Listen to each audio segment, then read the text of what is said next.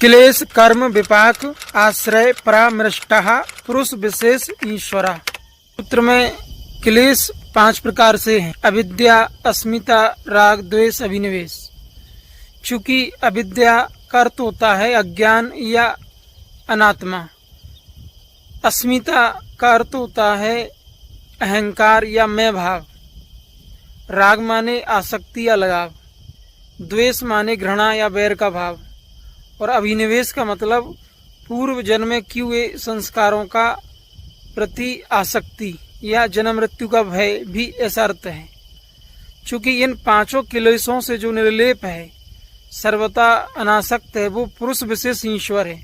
ईश्वर को ये क्लेश व्यतीत नहीं करते, चूंकि पृथ्वी के सभी जीव इन्हीं के अधीन हैं।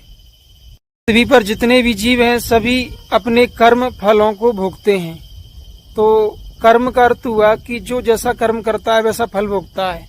सभी जीव पाप कर्मों से दुख पीड़ा वेदना भोगते हैं और पुण्य कर्मों से, साधनात्मक कर्मों से सुख शांति का अनुभव करते हैं। ईश्वर किसी भी कर्म और कर्म संस्कार से नहीं बंधा, ना तो वह कोई नया कर्म करता और ना ही पुराने कर्मों को भोगने के लिए बाध्य है। वो सबसे निर्लेप है। का अर्थ होता है कि जो भी कर्म हम करते हैं उसका फल हम ही को व्यक्तिगत भोगना पड़ता है।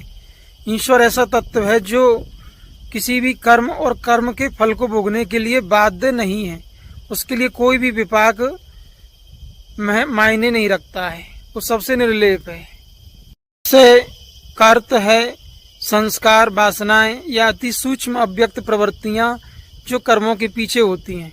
हमारे चित्त में जन्म जन्मांतरों के अर्जित संस्कार हैं। ईश्वर पूर्णतः शुद्ध, चैतन्य और वासना मुक्त है। ईश्वर में कोई भी वासना नहीं है।